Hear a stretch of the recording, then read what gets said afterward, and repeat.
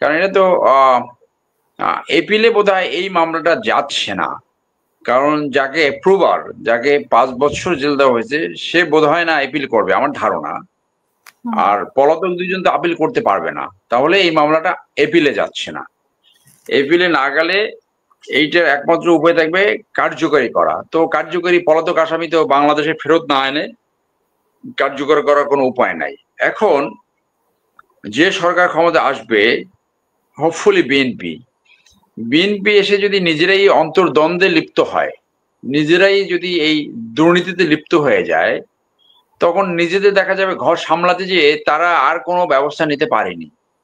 তো এই মামলা না, যুদ্ধ অপরাধী ট্রাইব্যুনালে অন্য যে মামলাগুলা, যে আসামিরা আছে তাদের যদি এখানে শাস্তি হয়, তারা যদি এপিলে আসে, সেই এপিল শুনানি কখন হবে সেইটা আসলে পরবর্তী সরকার নির্ধারণ করবে, সেইটার উপর ডিপেন্ড করবে। এখন বিএনপি যদি দুর্বল হয়ে যায়, হাইপোথেটিক্যালি ধরলাম, রিজনেবলি যে সরকার গঠন করে তারা যদি দুর্নীতি নিবারণ না করতে পারে, তারা যদি আওয়ামী লীগ টাইপের একটা রাজনীতি করে, তাহলে কনসিকুয়েন্সটা আওয়ামী লীগের মতো হবে। এই কথাটা সবাই বলছে, মহাসচিব 5ই আগস্টের 2 মাস পরেই বলছে, মির্জা ফখরুল। তো সেইটা হলো বিএনপির সামনে বড় চ্যালেঞ্জ। তো সরকার পরিবর্তন হইলে যে এইসব মামলা থাকে না, সেটা তো অনেক উদাহরণ আছে। এরশাদ 91 থেকে 96 5 বছর জেল খাটছে, 96-তে আওয়ামী লীগ ক্ষমতা আসছে, এরশাদ মুক্তি হয়ে গেছে। আবার এই যে 5ই আগস্টের পরে বিএনপির যারা হয়তো সরকার পরিবর্তন না হলে যারা জেলে ছিল, তারা হয়তো এখনো জেলে কুকড়ে মরতো, তারা সব মুক্তি পেয়ে গেছে। এটা তো পট পরিবর্তন হলে। এখন আহ আগামী দিনে সরকার যদি এমন ভুল করে, মানসিকতার যদি এই ধারণা সৃষ্টি হয় যে আমরা আগে ভালো ছিলাম, তাহলে সেইটা আওয়ামী লীগ অ্যাডভান্টেজ পাবে। আওয়ামী লীগ এক্স্যাক্টলি শেখ হাসিনার নেতৃত্বে আওয়ামী লীগ ফেরত না আসলে কোনো না কোনো ফর্মে ঘুরে দাঁড়াতেও পারে। সেই জন্য একটা ইনক্লুসিভ সমাজ গঠনে করার জন্য ওই যে দক্ষিণ আফ্রিকার যে রিকনসিলিয়েশন মেথড, সেই মডেলটা নেওয়া উচিত ছিল। যারা অপরাধ করেছে তাদেরকে বিচারের সম্মুখীন করা, বাকি সবাইকে সমাজের নর্মাল কার্যক্রম করতে দেওয়া। তো আমরা দেখলাম যে ওই আওয়ামী লীগের সময় যে একটা মামলা বাণিজ্য, সেই মামলা বাণিজ্য এখন বহল তবিতে চলছে, এবং এই মামলাগুলো ম্যাক্সিমাম জায়গায় বিএনপি নেতা কর্মীরা করেছে। হ্যাঁ, আসামি 10 জনের জায়গায় 100-150 সব আসামি, যার জন্য অরিজিনাল আসামিরা এখানে অ্যাডভান্টেজ পাবে।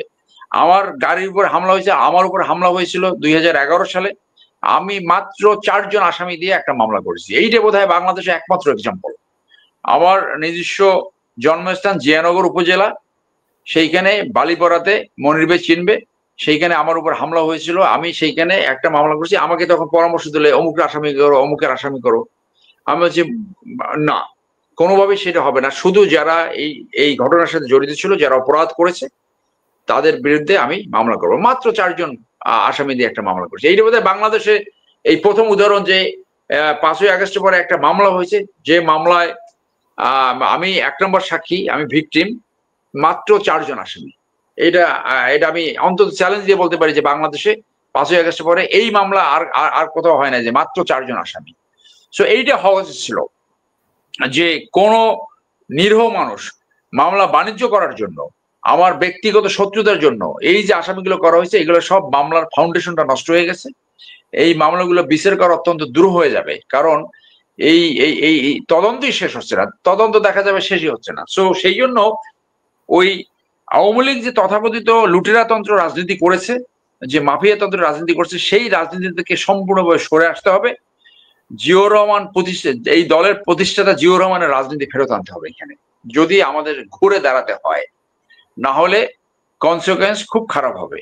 তো সেই জন্য আমি বলছি যে যদি এইখানে ভুলের ভিতরে জড়িয়ে যায়, তাহলে এই তখন আর একটা পতনের মতো পরিস্থিতি সৃষ্টি হতে পারে। সেই পতনের পরে ডেফিনেটলি এরা মুক্তি পেয়ে যেতে পারে। বাই দিস স্টেপ যদি তাদের শাস্তি কার্যকর না হয়, যেমনটি 2009 থেকে 24-এর যে আপিলে যে মামলাগুলো ছিল, সেগুলো তো সব এখন বের হয়ে গেছে। ফাঁসির দণ্ডপ্রাপ্ত আসামি তো জামাতের নেতা বের হয়ে গেছে। তো এটা টিকবে না সেটা বলাই যায়, এবং সেইটাই কিন্তু আসলে সত্য হবে। তো সেই জন্য আমি বলছি যে সবকিছুই নির্ভর করবে ভবিষ্যতে নির্বাচিত সরকার গণতান্ত্রিকভাবে রাষ্ট্র পরিচালনা করে কিনা, ন্যায্যতা প্রতিষ্ঠা করে কিনা, সুশাসন ন্যায় বিচার থাকে কিনা। রাজনীতির দুইটা ধারা একসাথে বহমান থাকে। একটা হলো ডে অন থেকে ন্যায্যতা, সুশাসন, ন্যায় বিচার, জনগণ তারপরে সুষ্ঠু নির্বাচন, জনগণ যাকে ভোট দেবে সে রাষ্ট্র পরিচালনা করবে। আর একবার যদি আপনার স্বৈরতান্ত্রিকের দিকে ঢুকে যায়, কর্তৃত্ব পরায়ণের দিকে ঢুকে যায়, তাহলে শেষ পর্যন্ত ফ্যাসিজম, মাফিয়াতন্ত্র এবং পতন, পৃথিবীর সকল স্বৈরতান্ত্রিক পতন হয়, এইটাই সত্য। একবার যদি স্বৈরতান্ত্রিক টানেলে ঢুকে সেখান থেকে বের হওয়া আর সম্ভব না, সেখান থেকে একমাত্র কনসিকুয়েন্স হলো পতন। আর সর্বশেষে বলবো বন্দর নিয়ে, দেখেন বাংলাদেশের এফিসিয়েন্সি কি। আপনার মনে আছে বছর 10 আগে শাহজাহান খান যখন নৌ পরিবহন মন্ত্রী ছিল, ওই যে পরিবহন ব্যবসায়ী যে গরু ছাগল হাঁস মুরগি চেনলেই লাইসেন্স দেওয়া যায়, এই বক্তব্য যে দিয়েছিল, তার একজন আত্মীয় ছিল সেই লঞ্চে, মাওয়া পদ্মাতে মাওয়া ঘাটের ওইখানে একটা লঞ্চ ডুবে গেছিল, মনির ভাই নিশ্চয়ই মনে থাকার কথা। সেই লঞ্চটা খুঁজে বাইর করতে পারেনি। বাংলাদেশে এই এফিসিয়েন্সি হয়নি। রেস্কিউ মিশনে এত বড় একটা লঞ্চ, সেই লঞ্চটা খুঁজে পেল না। এই হলো আমাদের ডিজাস্টার ম্যানেজমেন্ট অথবা নৌ ডুবিতে আমাদের নৌ পরিবহন মন্ত্রণালয়ের এফিসিয়েন্সি। আর আপনার মনে আছে যে জন এফ কেনেডির ছেলে কেনেডি জুনিয়র তার ওয়াইফকে নিয়ে নিজে প্লেন চালিয়ে একটি বিবাহ অনুষ্ঠানে যাচ্ছিল, সেই প্লেন আটলান্টিক মহাসাগরে ভূপতিত হয় এবং সেটা একদম পানির নিচে চলে যায়।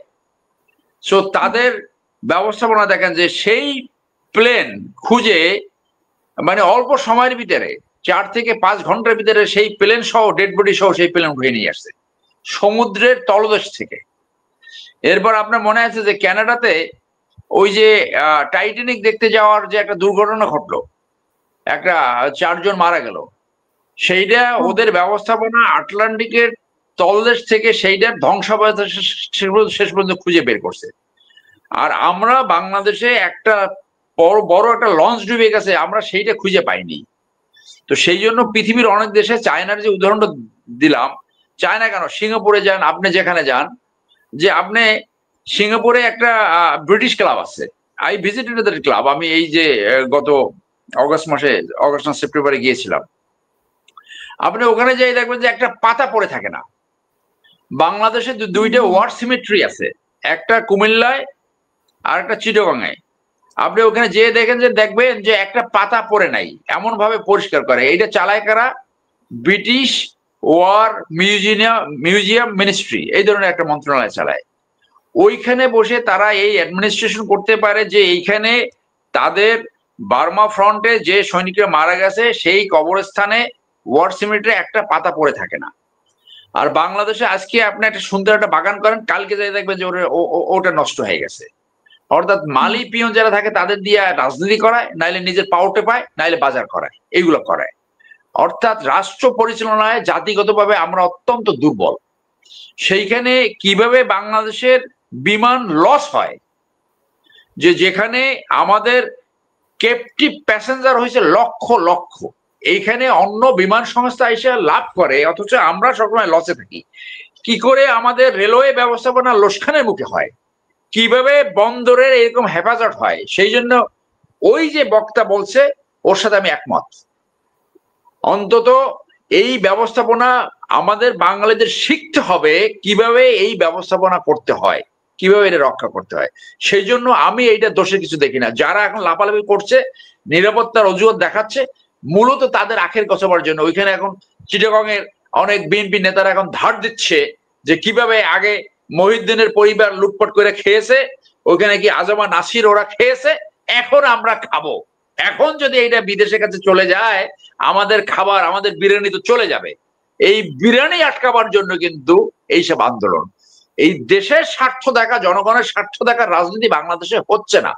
বাংলাদেশের রাজনীতি হলো লুটপাট তন্ত্রের সবচেয়ে বড় শক্তি। এখানে একবার যে দুর্নীতি করে তার দুর্নীতির কোনো বিচার হয় না।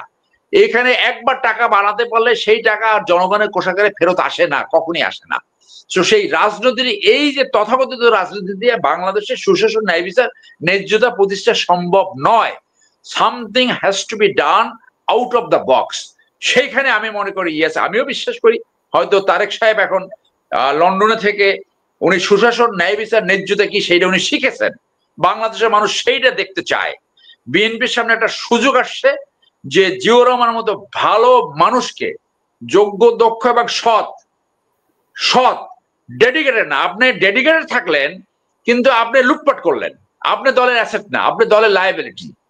যে তৃণমূলকে বলা হয়েছিল যে দলকে টিকিয়ে রাখছে, সেই তৃণমূলের এক অংশ এমন ভাবে লুটপাটে নিপতিত হয়েছে, এমন ভাবে লুটপাটে জড়িয়ে গেছে, আমার জেলায় 12 জন নটোরিয়াস চাঁদাবাজ সৃষ্টি হয়েছে, পুরা বিএনপির মাঠটাই নষ্ট করে দিচ্ছে ওখানে। আই টেল ইউ, আপনি বিশ্বাস করতেও পারেন না করতে পারেন, মানে আগে রিক্সা চড়তো, এখন হঠাৎ করে মাইক্রোবাস কিনে ফেলাইছে, 50 লাখ 1 কোটি টাকা দিয়ে জমি কিনতেছে। এখন চেহারা এখান থেকে এখন মাথায় তৈল ছাড়েন 1 ফোঁটা, নিচে 2 ফোঁটা পাবেন।